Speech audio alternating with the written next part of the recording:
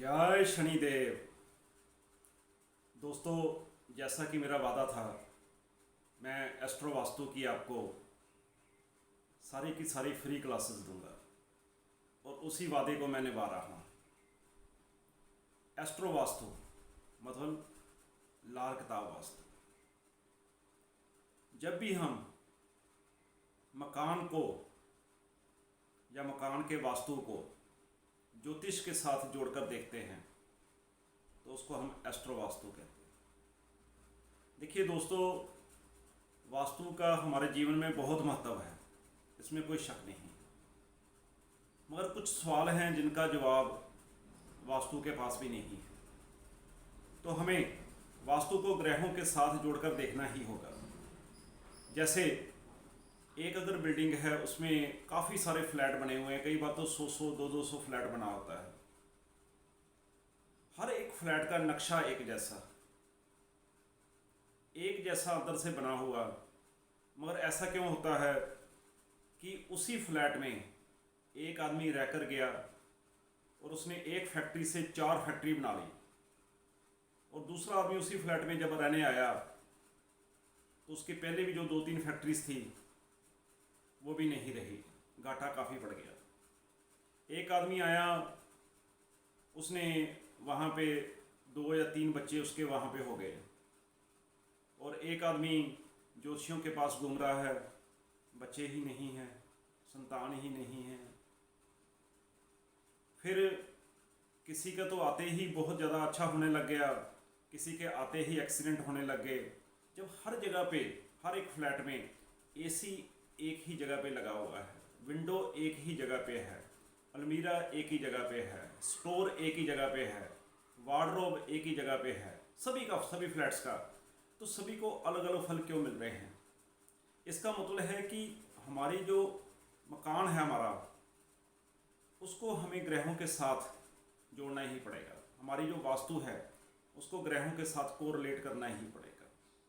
ऐसी अनगिनत एग्जाम्पल्स हैं, मगर आज इंट्रोडक्शन में मैं आपको यही कहूँगा कि जो भी ग्रह आपकी कुंडली में बैठा है उसकी एक दिशा है, जिस भाव में बैठा है उसकी एक दिशा है। अभी आपको समझ नहीं आया होगा, मैं आपको बताता हूँ। जैसे कोई भी ग्रह, यहाँ पे देखिए खंड नंबर 1 मैंने लिखा हुआ है, अगर खंड नंबर 1 में बैठा हुआ है तो वो कहाँ बैठा हुआ है? ईस्ट दिशा में, मकान में ईस्ट दिशा में है। मकान में ईस्ट दिशा में वो अपनी होने का, जो अपने होने का एहसास दिला रहा है, वहाँ पे उसका वजूद ईस्ट में है। अब आप समझे, आप हर एक ग्रह जहाँ पे कुंडली में है उस खाने की एक दिशा है और वो उस दिशा को रिप्रेजेंट कर रहा है। हर एक खाना किसी ना किसी दिशा से रिलेटेड है। जैसे मैंने आपको बताया कि खाना नंबर 1 ये ईस्ट दिशा से रिलेटेड है। मान लीजिए, मैं आपको एग्जांपल देता हूँ एक, कि राहु अगर खाना नंबर 1 में है तो ये मानकर चलिए कि खाना नंबर 1 क्योंकि ईस्ट दिशा को रिप्रेजेंट करता है, राहु का विराजमान, राहु का वजूद आपके घर में ईस्ट दिशा में है। समझ गए आप?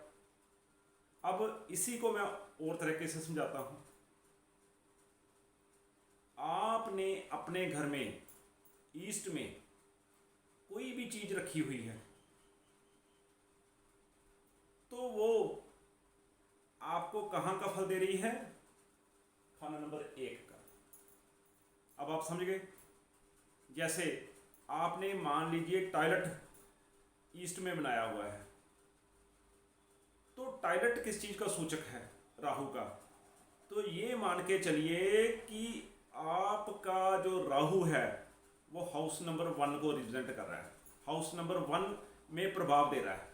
आपने टॉयलेट कहाँ बनाया? ईस्ट में बनाया। जो भी चीज़ आप अपने मकान में जिस दिशा में रख देते हो वो कुंडली में वही खाने में प्रभाव देना शुरू कर देती है। मैं सभी आपको खानों का बताऊंगा, सभी ग्रहों का बताऊंगा, सारा कुछ बताऊंगा, मगर आज सिर्फ इतना ही कि आपके घर में रखी हुई एक एक चीज एक एक खाने को रिप्रेजेंट करेगी। एक एक ग्रह वहां पर जाके दस्तक दे रहा है। आपने किस हिसाब से चीजें रखनी है, किस हिसाब से आपने अपने मकान का वास्तु सेट करना है, ये मैं सारा आपको बताऊंगा। जो भी ग्रह आपकी कुंडली में शुभ होता है, अच्छा होता है, उस ग्रह की चीजें आप अपने मकान में उस दिशा में रख दें। वो आगे आपको मैं बताऊंगा कि कौन से खाने की दिशा कौन सी है, कैसे रखनी है। अगर आप उस ग्रह की चीज़ें आपके मकान में उस दिशा में रख देंगे, मैं आपको छोटी सी एग्जांपल देता हूँ। जैसे सूर्य आपका खाना नंबर 1 में है, अगर आप सूर्य की चीज़ें, तो खाना नंबर 1 क्या है, ईस्ट, तो आप सूर्य की चीज़ें अगर ईस्ट दिशा में रख देंगे अपने मकान में, तो आपका सूर्य का फल बहुत अच्छा हो जाएगा। जो ग्रह जहाँ पे खराब है वहाँ पे मकान से वो चीज़ें हटा दो। 2 कुंडलियाँ होती हैं, एक आपकी अपनी कुंडली, एक मकान कुंडली। मकान कुंडली का महत्व ज़्यादा है। जिस मकान में माँ अपने बच्चे को 9 महीने पेट में रखकर जन्म देती है, उस मकान का प्रभाव आदमी की जिंदगी के ऊपर सारी उम्र रहता है। उसका प्रभाव उसको जिंदगी भर मिलता रहता है। ये है मकान। तो धन्यवाद आपका। वीडियो लंबा हो रहा है। अगली वीडियोज़ में मैं आपको एक एक दिशा, एक एक ग्रह, कैसे चीज़ें रखनी हैं, कैसे नहीं, आप मकान कुंडली से अपनी जन्म कुंडली को ठीक कर सकते हैं। मकान कुंडली जन्म कुंडली से ज़्यादा इम्पोर्टेंट है। मैं आपको बताऊंगा कि अगर कोई आपके पास अपनी जन्म कुंडली लेकर आता है तो उसको चाहे आप एक तरफ रख दो, मगर मकान कुंडली जरूर देखो उसकी। मुझे उम्मीद है आपको समझ आया होगा।